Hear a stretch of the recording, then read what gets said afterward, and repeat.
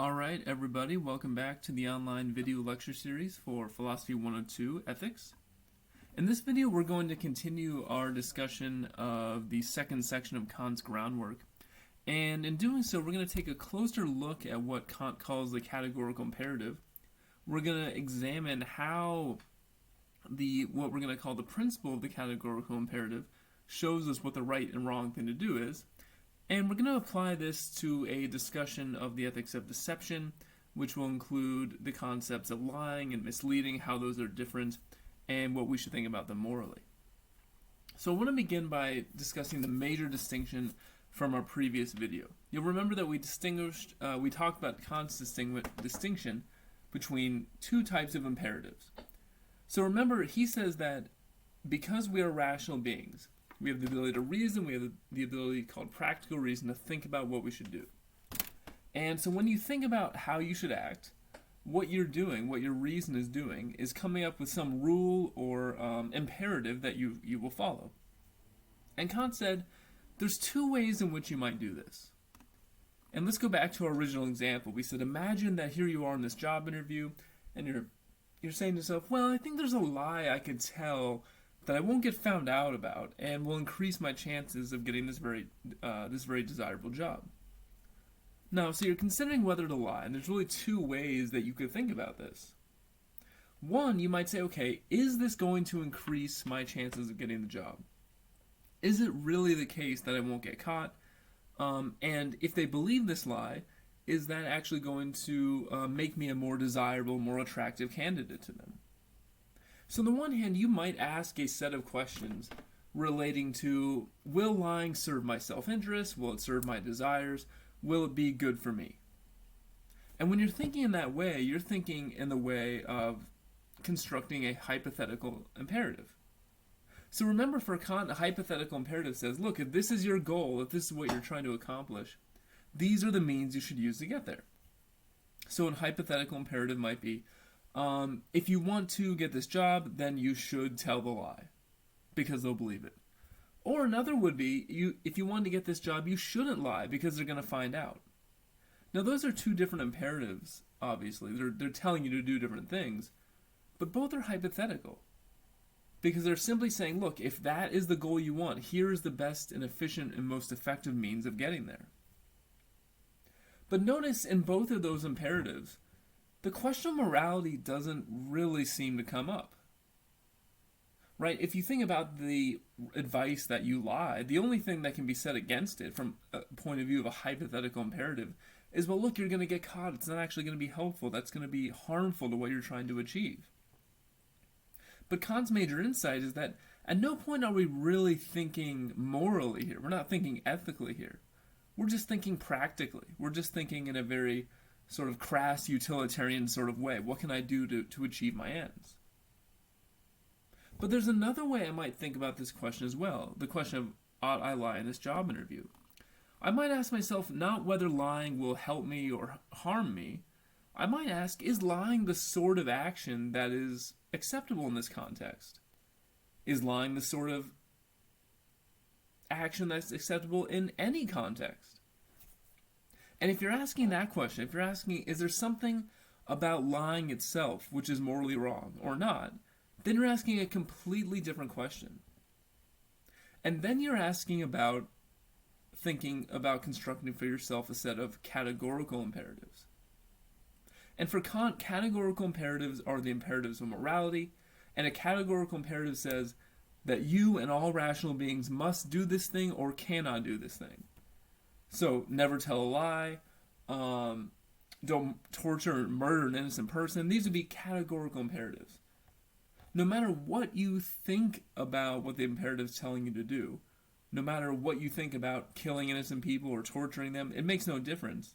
You can't simply escape the imperative and say, yeah, okay, I see you're telling me not to kill this innocent person, but I'm not really so concerned with innocent people. You can't say that. It's imperative that all people, all rational beings, must follow in all circumstances. And this makes it very different from hypothetical imperatives, which just say, look, if you're in this circumstance and this is your goal, this is what you ought to do. But if that's not your goal, you don't have to worry about it. And the question I left you with last time was, how could a categorical imperative be possible? How could it be possible? What would it look like to have a rule that every single person must follow? How do we derive a set of categorical imperatives? Where does the absolute prohibition against lying come from? And in Kant's view, he says, all our categorical imperatives, all the rules of morality, can be derived from this one single principle, which we'll call the principle of the categorical imperative. So let's read through it. He says, there is therefore only a single categorical imperative, and it is this: act only according to that maxim through which you can at the same time will that it become a universal law. Okay. Now, it's important to break down what's being said here because it can be a little confusing at first. So let's sort of go through the various components of this statement. Act only according to that maxim through which you can at the same time will it become a universal law. So what's a maxim?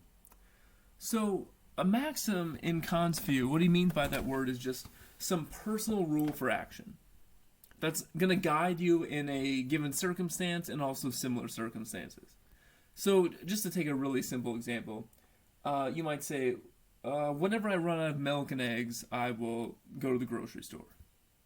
So what you've said there, you've specified a certain situation, you're running out of milk and eggs, and you've specified how you act in that situation. I'll go to the grocery store. That's a personal rule of action for you. And you're saying, this is how I'm going to live my life. And in Kant's view, whenever you act, whenever you make a decision, underlying that is some sort of personal action. So it could be something simple like that. It could be, whenever I know there's a lie that I can get away with, I'll tell that lie.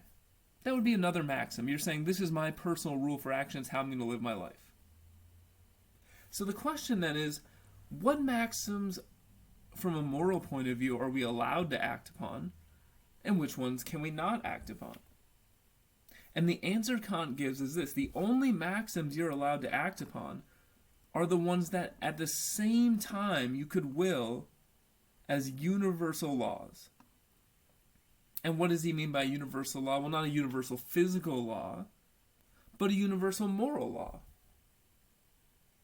And so what that means is the only maxims you're allowed to act upon are those maxims that you think it would make sense for every single rational being to follow.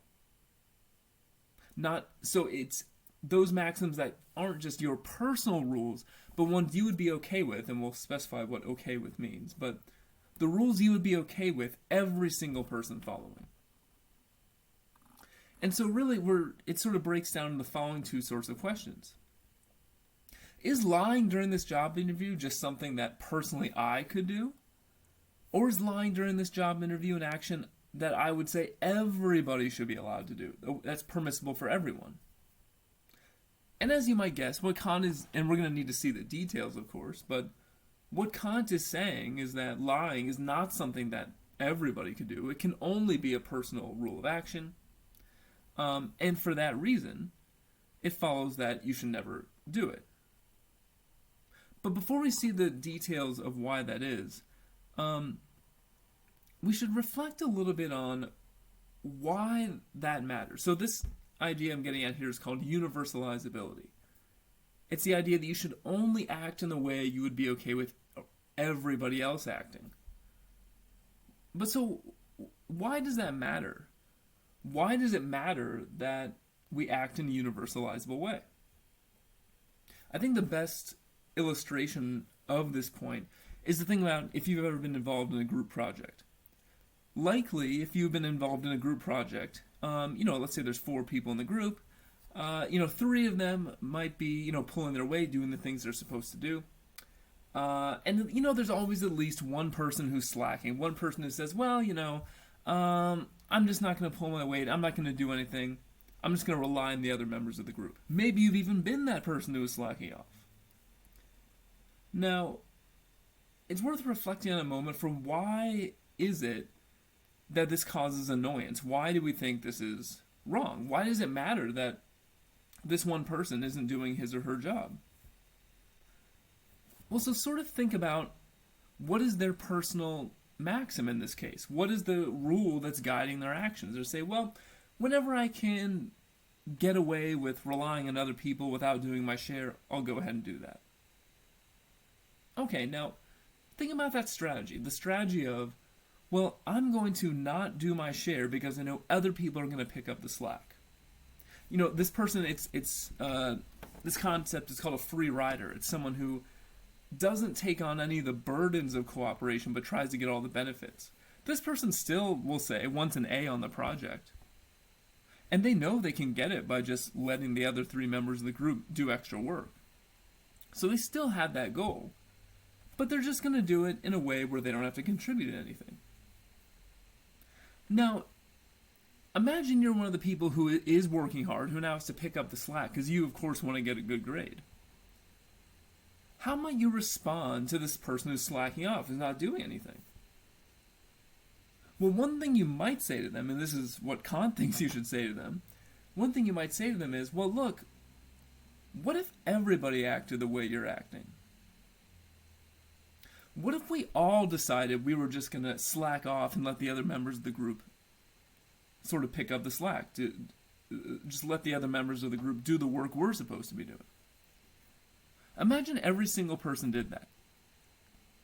Well, then what would happen to your whole plan, your whole strategy?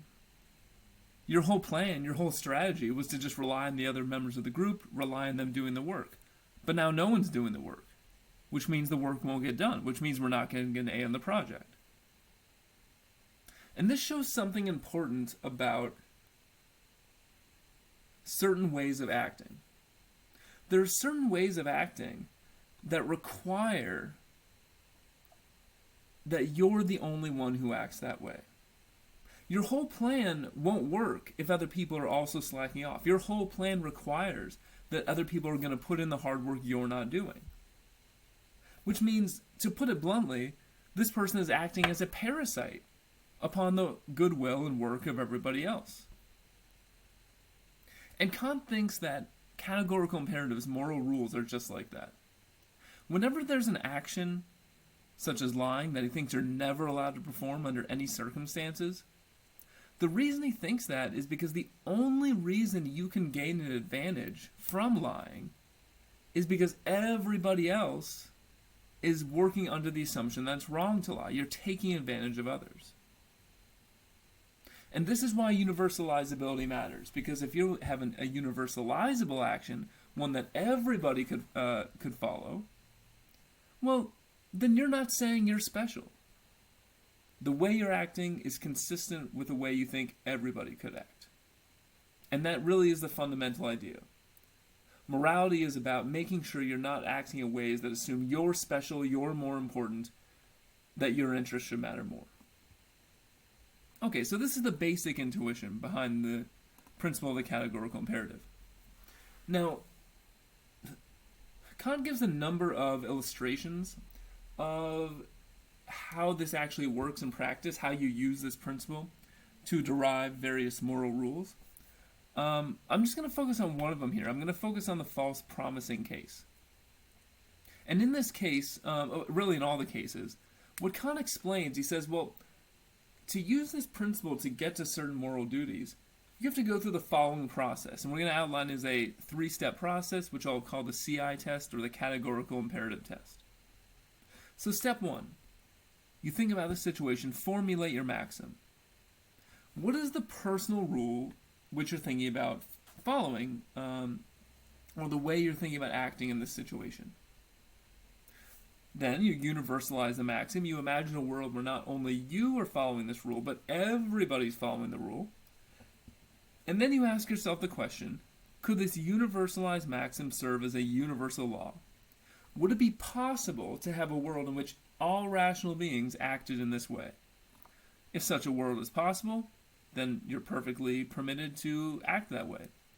If such a world would not be possible, if some contradiction would result, then it's not morally permissible to act that way ever. Okay, this is the basic test. Let's take a look at the false promising case to make this a little more clear. So here's what Kant imagines. He says another sees himself pressured by the need to borrow money. So if someone's in financial straits, they really need money. He's thinking, how can I get it? Okay, he knows full well he will not be able to repay, but he also sees that nothing will be lent to him unless he solemnly promises to repay it at a determinate time. So he knows that the only way he can get the money he needs is if he promises to pay it back, but he knows he can't pay it back. So he knows if he promises to pay it back, it will be a false promise. He feels like making such a promise, but he still has enough conscience to ask himself, is it not impermissible and contrary to duty to help oneself out of need in such a way? Suppose he still resolved to do so. His maxim of the action would go as follows. When I believe myself to be in need of money, I shall borrow money and promise to repay it, even though I know it will never happen. So the first part of the categorical imperative test. What is the maxim you're thinking about acting upon? And the maxim in this case is when I need money, the way I'm going to go about doing that is I'll borrow money, promise to repay it, but I will never plan on paying it back. In essence, the maxim here is just when I need money, I will make a false promise in order to attain it. Okay, that's the maxim. So, what does Kant say next? He says, well, now this principle of self-love, or of one's own benefit, is perhaps quite consistent with my whole future well-being. So the first question, notice this part right here. He says, first, you could ask about this action simply in terms of hypothetical imperatives. You could ask, okay, if I want to maximize my well-being, if I want to gain this money, is this an effective or an efficient way of doing that or not? And Kant admits, yeah, this might serve your self-interest. If you really need this money, and this is the only way to get it, then what's best for you in this case very well may be making a false promise. So Kant doesn't deny that. But he says, now you're simply thinking in terms of hypothetical imperatives, means to getting to some end or desire or goal you have. But that's not the question we're supposed to be asking here. He says, continuing, but the question now is it right? Let's ask the moral question. I therefore transform the imposition of self-love into a universal law and arrange the question as follows. How would things stand if my maxim became a universal law? So step 2. We're imagining a world in which the universal moral law permitted people to make false promises. We're imagining a world in which it was perfectly fine and acceptable for anyone who needed money to make a false promise in order to attain the money that they need. Okay, so you imagine that in your head. Now recall, the question we ask at this point is, could this universalized maxim serve as a universal law? Would such a world really be possible? Would it be possible to have a world where everybody thought it was acceptable to make false promises? So here's what Kant says. Now I then see at once that it can never hold as a universal law of nature and harmonize with itself, but must necessarily contradict itself. Notice what he's saying here. He's saying if we imagine a world where everybody's allowed to make false promises, it necessarily is the case that a contradiction arises. There's something self-contradictory about that very idea. And so the question is, well, what is that contradiction? For the universality of a law that everyone, once he believes himself to be in need, could promise whatever he fancies with the intention not to keep it, would make it the promise and the end one may pursue with itself impossible, as no one would believe he was being promised anything, but would laugh about any such utterance as a vain pretense. So what is he saying here? Well, imagine we really did live in that world. We lived in a world where we thought it was acceptable for anyone to make a false promise. Okay, so now put yourself in this situation. You need money. You say, okay, I'm going to do it by promising to repay the money, but intending not to pay it back. Now, in this world, when you promise to another person to pay back the money, well, what are they going to do? As Kant said, they're going to laugh in your face. Like, what do you mean a promise? I don't understand what you're talking about. We don't have an expectation in this society that when you give your word to someone, you have to keep it. In this society, you're perfectly acceptable. It's totally fine for you to break your promises, for you to say one thing, knowing that you're not going to follow through. So notice what this would mean. This would mean, and this is why Kant says, it would make the promise and the end one may pursue with it itself impossible. In such a world, your whole plan would be totally destroyed. Your plan was to get money through a false promise, but now no one believes a false promise, no one believes promises, so your whole plan's not going to work. In a world where everyone's allowed to break their promises, promises themselves lose their meaning entirely. And what does this show? Go back to the example I gave with the free rider in the group project.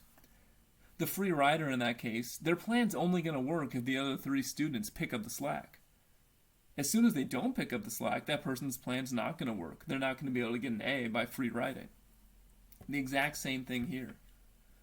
This person wants to gain money by making a false promise. But the only way that's even possible is if there's this general societal expectation that we're going to follow through on our promises.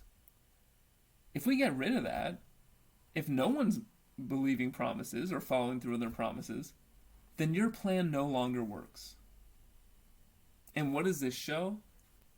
This shows precisely that you're acting in a way that only you could act. Once again, you're a parasite on our general expectations of promise keeping. And you're acting in a way that I think we might say, you're acting in a way that seems to assume there's something special about you. That you can act in a way that it would not be okay. You can act in a way that you're relying on other people not acting.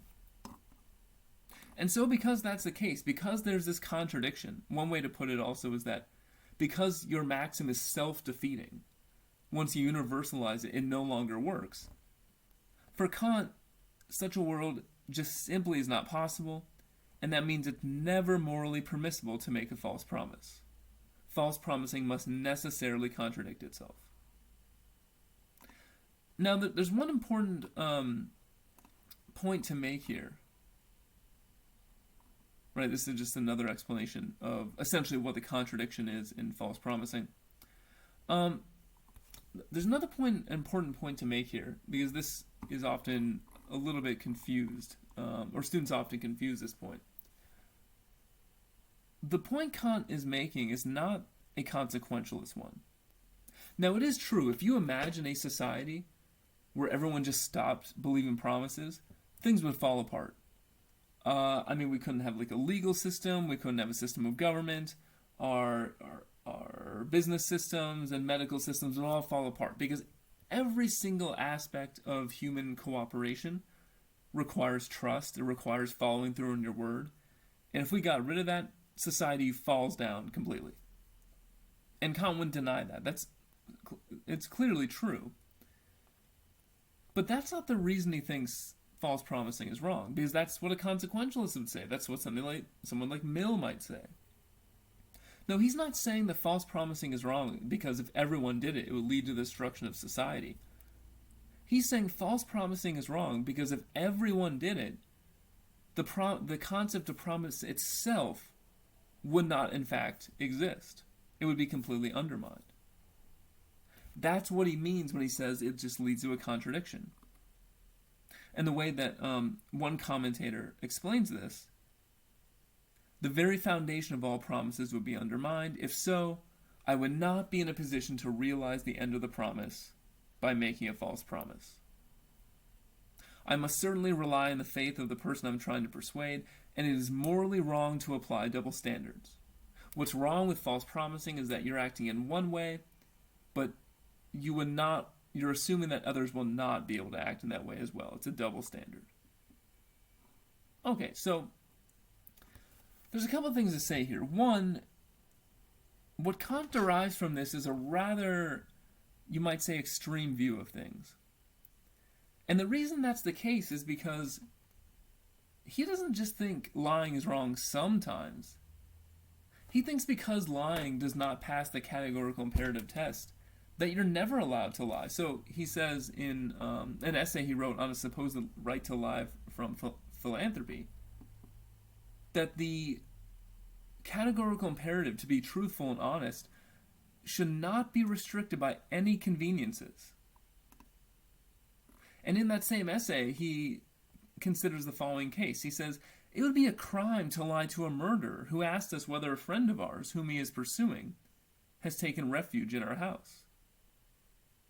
This was a case Kant was actually challenged on. When he discusses this case, it's an objection that another person made to him, saying, how can you be right about lying? It's even wrong to lie in this case. And what's going on here? We imagine that your friend comes running and knocking on your door, "Please let me in." There's someone chasing after me, he wants to kill me. You say, "Fine, go in the basement." A few minutes later, a murderer knocks on your door and asks, "Is your friend in the basement? Is a friend in your house? Have you seen your friend?" etc. And Kant would say, well, even in that case, you have to tell the truth. If that murderer asked you, "Is your friend in your house right now?" you'd have to say yes. And, this is a hypothetical example, but there, of course, were cases where things like this really did happen. So during World War II, when the Nazis came to people's homes and asking if they were hiding Jews in their house, it's a similar sort of situation. And if you follow Kant's logic and Kant's absolutist morality, Kant would have to be committed to the idea that if the Nazis asked you, "Are there any Jews in your house?" you'd have to say yes. Because to say no would simply be a lie, and you're never allowed to lie. Now, we might wonder whether Kant really had to hold that position. And one way we can look at this is sort of lay out the premises of his absolutist argument against lying. So this is basically just the major claims he uses to get to the idea that it's never okay to lie, even in what we'll call the inquiring murderer case, where a murderer is knocking at your door. So P1, if one lies to the inquiring murderer, then one acts according to the following maxim: I will not tell a lie unless doing so is necessary to bring about a beneficial outcome.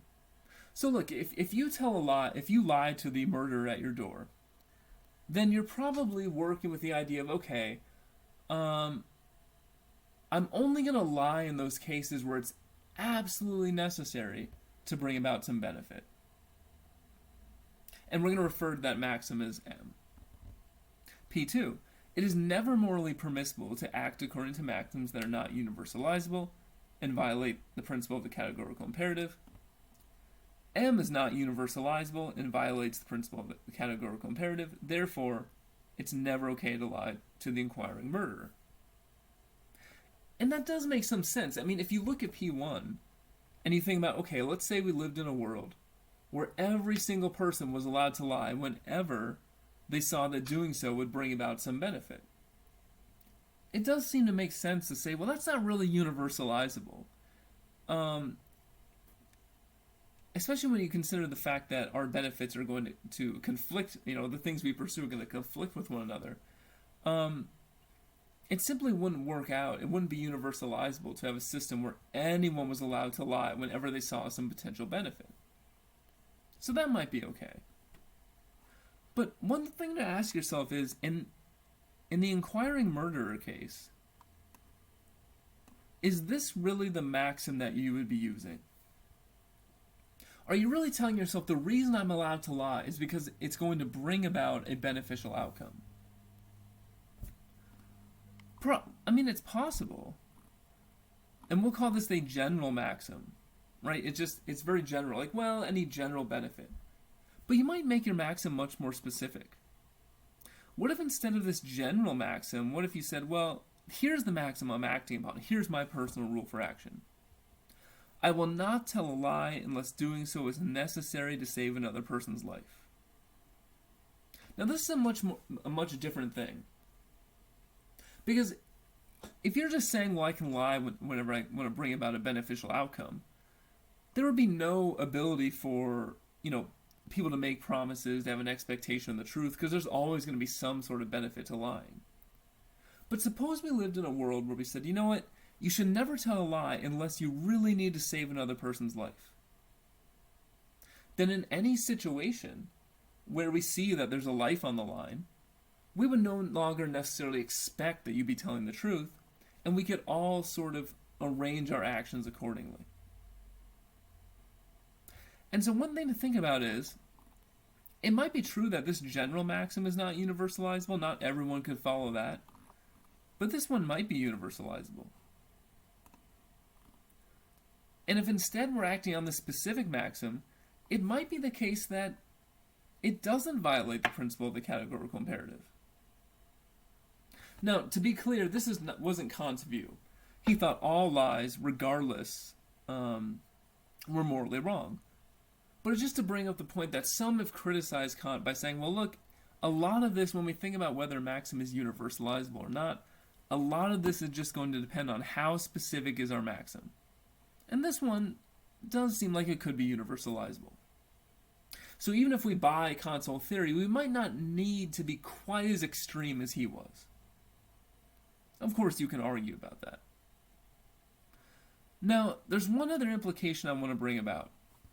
Because so far I've been really depicting Kant as taking a very hard line against lying and deception. You might think that, wow, he really has a passion for the truth. He must think that there's no case in which you can cause someone to believe something that's false. But in fact, that would be incorrect. And to see what I mean, we should think about the fact that Kant was a proponent of what's known as the traditional view of deception. Here's what Kant thought. He said, it's always wrong to lie, and it's always worse to lie than it is to mislead. One way to think about this is that lying is always wrong. Misleading is at least sometimes okay, sometimes permissible. That's a traditional view of deception, and Kant held that to be the case. So the first question is, well, what does it mean to mislead? How is it different from lying, and why is misleading okay? Alright, so what do we mean by lying? Here's sort of a technical way of explaining it. So let's say you have two people, person A, person B. Person A believes that P is false, but they would really like for this other person to believe that P is true. So even though they know or believe that P is false, they say P is true, and B believes it. Just a straightforward lie. You directly say something that is false in order to get the other person to believe that thing, to come away with a false belief. That's lying. But what about misleading? The other sort of deception. Well, misleading is a little bit more complicated. So let's say we have these same two people, person A and person B. And let's say person A believes that P is true and Q is false. So there's one thing that person A believes is true, another thing they believe is false. Now, they really want the other person, person B, to believe Q, this false thing, whatever it is. They want that person to believe it. So how do they do it? Well, let's say this person says, I'm not going to lie. I'm not going to tell them that Q is true. But I'm going to say this other true thing, which I know that they will misinterpret, that they will misunderstand. I know it's going to cause them to believe that Q is false. So notice what's happening here. With misleading, you say something that's explicitly true, and that thing causes the other person to believe something that's false. Okay, now that is abstract, makes it seem quite technical. Let's look at some examples to see what of misleading to sort of get the idea. And one comes from Kant himself.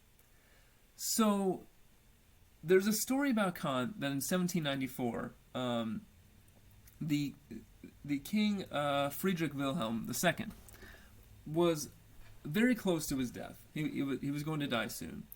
And he didn't want Kant, so Kant had some writings on religion, and Kant had some controversial views on religion, and the king did not want Kant to publish those. So he basically made Kant give him his word that he would not do so. So how did Kant respond? Well, he wanted to publish his writings on religion. So here's what he said. Kant therefore responded by making a declaration, as your Majesty's faithful subject, that I shall in future completely desist from all public lectures or papers concerning religion, be it natural or revealed. The Prussian censors, and if it was reported to him, the king himself, would have understood Kant to be saying that he would never publish. But notice, is that really what Kant says? Technically, if you just look at what he said, he says, I'm never going to publish my papers on religion as long as I'm your majesty's faithful subject. But what else did Kant know was going to happen soon? He knew that the king was going to die. In fact, in short order. And once the king died, he would no longer be his majesty's faithful subject. And so when Kant explained what was going on here, he pointed out his pledge to desist was made only as your majesty's faithful subject, a status that Kant would lose when this particular king died.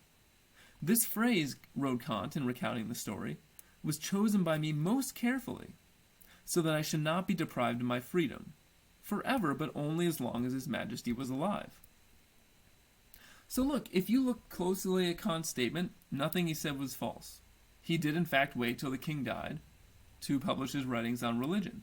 But he knew when he said that, it would cause the king and the censors to believe something that's false. They just assumed that Kant was never going to publish on religion. So in this case, he didn't lie to the king, but he did mislead him. He said something that's true that caused them to go away with a false impression. Another really famous example of this is a story about Saint Athanasius. And so in this story, which is recounted in the following, he was a religious figure who had a lot of persecutors who were sent by the Emperor Julian, and these persecutors were pursuing him up the Nile River. So these persecutors, they were going up the Nile and actually happened upon Saint Athanasius, who was traveling down the Nile in the other direction. Now, for whatever reason, these persecutors who were sent by the Emperor Julian, they didn't recognize him, which is odd. You might think that, if you were trying to capture someone, you would send the people out there to get him who had some idea of what it looked like. But in any case, that's not what happened. They didn't recognize him, so they went up to him as he was going down the river, and they asked, "Is Athanasius close at hand?" And remember, they're asking this to Athanasius, who they don't recognize to be himself. And Athanasius replied, "He's not far from here." The persecutors hurried on, and Athanasius thus successfully evaded them without telling a lie. So notice here, again, this is a case not of lying, but of misleading. When they asked him, "Is Athanasius close at hand?" he said, "Yeah, he's not far," which is true. In fact, it was so true that Athanasius was right in front of the persecutors. But he knew it also would cause a false impression in their mind, because usually in response to questions like that, we don't sort of talk in such an aloof or abstract manner. If someone asks you, if I ask Bob, "Is Bob close at hand?" I don't expect Bob to sort of talk in the third person and say, "Oh yeah, Bob's not far away." I would expect him to say, "Yeah, I'm right here." But that was just an assumption on my part. So in this case, Athanasius was able to mislead his persecutors without saying anything false, in fact, by saying something true. One more example of this, another famous example. So this comes from an interview that was done on PBS NewsHour with Jim Lehrer and Bill Clinton, and it was in the wake or in the midst of the Bill Clinton and Monica Lewinsky sex scandal. So just take a look at the questions that Lehrer asked here. So he's talking about the relationship with Lewinsky. Lehrer says, "No improper relationship. Define what you mean by that." Well, I think you know what it means. It means there's not a sexual relationship, an improper sexual relationship, or any other kind of improper relationship. You had no sexual relationship with this young woman? There is not a sexual relationship. That is accurate. Now again, you have to pay close attention here, and notice the part I haven't read.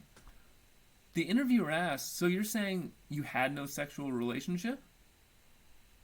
And Bill Clinton doesn't lie, because of course he did. He had a sexual relationship. At the time of the interview, they were no longer involved. But he had one. But he doesn't lie. He doesn't say, "Oh no, I never had a sexual relationship." In this interview, what he says is, there is not a sexual relationship. He uses the present tense. And so he said something that's true. But what he was relying on was the idea that the interviewer or the people watching at home weren't going to be looking at his statements with a fine-tuned comb as if they were lawyers. He was relying on the fact that they weren't going to be paying too much attention and just assume, oh, I guess he said that, we had no sexual relationship. So once again, it's a classic case of misleading, using a true statement, or at least a not false one, in order to give a false or incorrect impression. Now, okay, so we have these two different types of deception. We have lying and we have misleading. And we've said that Kant says it's never okay to lie, but it is okay to mislead, at least sometimes. Now, if that's the case, then Kant must think that misleading is universalizable. He must think that a world in which everybody was allowed to mislead other people would be possible. It wouldn't lead to some inherent contradiction like we saw with false promises. Now, why would that be? So here's an explanation from philosopher Michael Sandel, when he was actually talking about this in the context of the Bill Clinton sex scandal that we just looked at.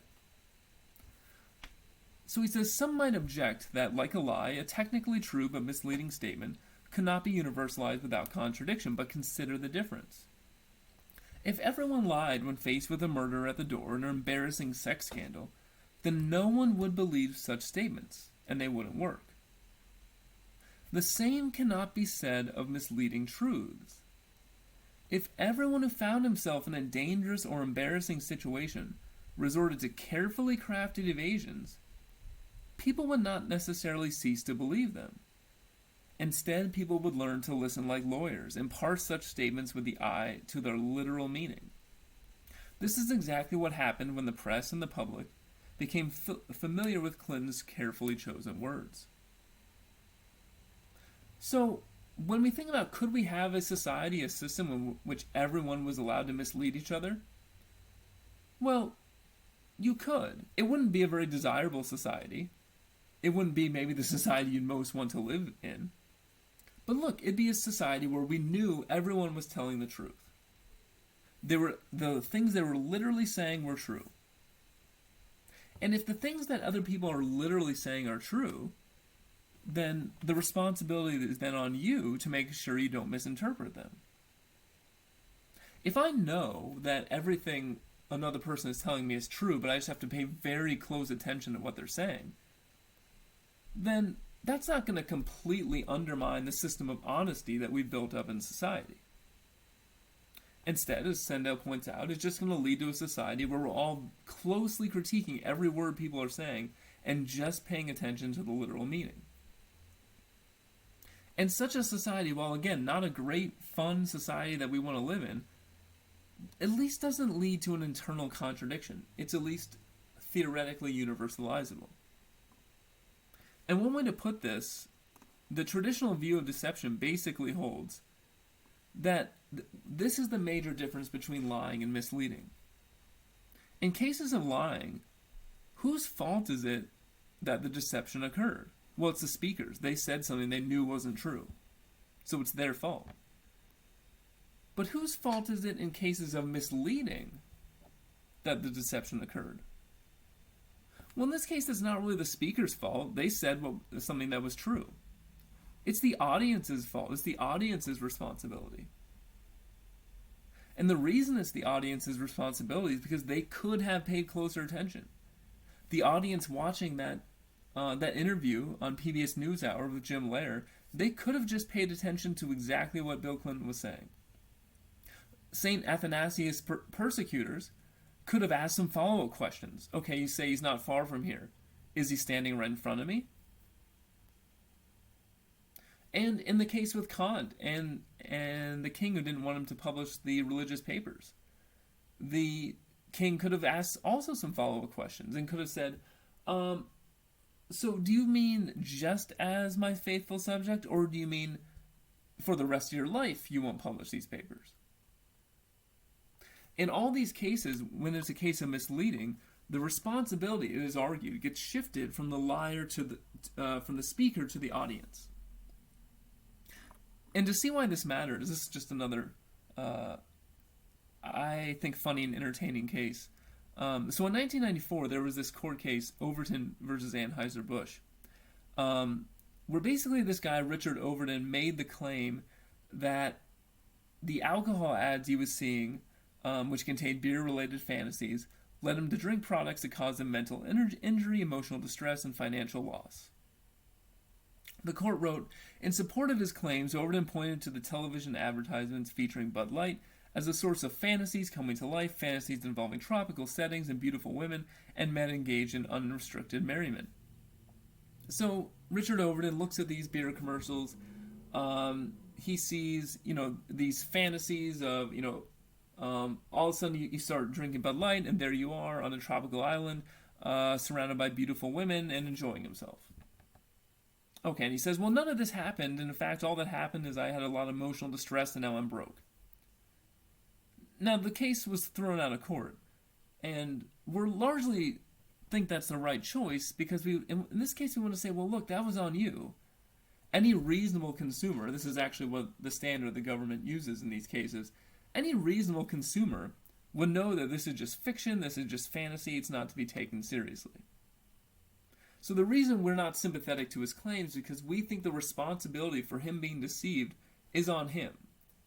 He should have done some more research. He should have been able to understand as an adult the difference between fact and fiction. Okay. Now, so we have this sort of justification for the difference between lying and misleading. We've seen why Kant thinks lying is never okay, but misleading is okay. And we might wonder about whether that's really correct, though. Is the traditional view of deception correct? Does the difference between lying and misleading really matter? Or should you just say, look, it's deception either way. So if deception is okay, it's fine. If deception is not okay, then it's not fine. To consider this further, I want to look at two cases that were composed by Jennifer Saul, a philosopher who works in this area. So they're very similar, except, as you'll see, one tiny detail. So first, let's look at the first case, George's deadly misleading statement. Consider for a moment the story of Frida, who suffers from a peanut allergy so dire that even the tiniest amount of peanut oil could be deadly. George knows that and invites her to dinner, murderously preparing a stir-fry with peanut oil. Frida, appropriately cautious, though not cautious enough, asks, are there any peanuts in the meal? To which George replies, no, there are no peanuts. Frida eats the stir-fry and dies. So in this case, George says something that's technically true. There were no peanuts in the meal. There was peanut oil, and her allergy is so great that even peanut oil would in fact be enough to cause her death. And apparently, for whatever reason, George wants her to die, so he says, no, there are no peanuts, knowing that she'll have a false impression. She eats the stir-fry and dies. That's misleading. Now compare that to George's deadly lie.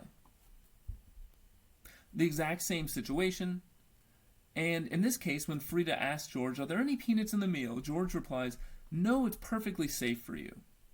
Frida eats the stir-fry and dies. Now this is a lie, because of course it's not safe for you. George said something he explicitly knew to be false, and he represented it as being true. Now, one thing to say is, in the lying case, we would all agree that George did something wrong. It does seem fundamentally wrong that you told a lie which led to someone's death. Okay, fine. But what about in the case of misleading? In this case, do we want to say that George should be off the hook? Do we even want to say that what George did was any better? One might argue, and this is one of the points Saul makes, one might argue that in fact in both of these cases, whether George was misleading or whether George was lying, that he did an extremely morally abhorrent act.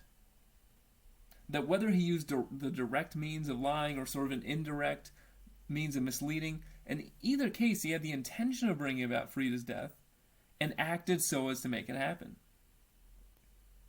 So I want to invite you to consider these cases more. I'm interested to hear what you think about this sort of issue, because ultimately what you think about these cases has a bearing on what you think about lying and misleading. If you think that there's a really important difference between lying and misleading, then you have to think that what George did down here is much worse. And you have to think, look, even in this case, Frida, that was on you. After asking about the peanuts, you should have asked about the peanut oil. On the other hand, you might react to these cases and say, well, all this shows is that the whole lying, misleading thing isn't really that big of a deal. And maybe what matters, and a more consequentialist view would be to say, maybe what matters is what are the consequences. If they both bring about the same consequence, if they both bring about, in this case, a bad consequence, then they should not be done. And likewise, a consequentialist would argue, if one can bring about better overall consequences through lying or through misleading, then maybe that's what should be done. Because again, a consequentialist will not care so much about the means, but only about the ends you're trying to achieve. In any case, those are the different positions you could take on that issue. I'd be interested to hear what you think. I will stop there, and as always, thank you for watching.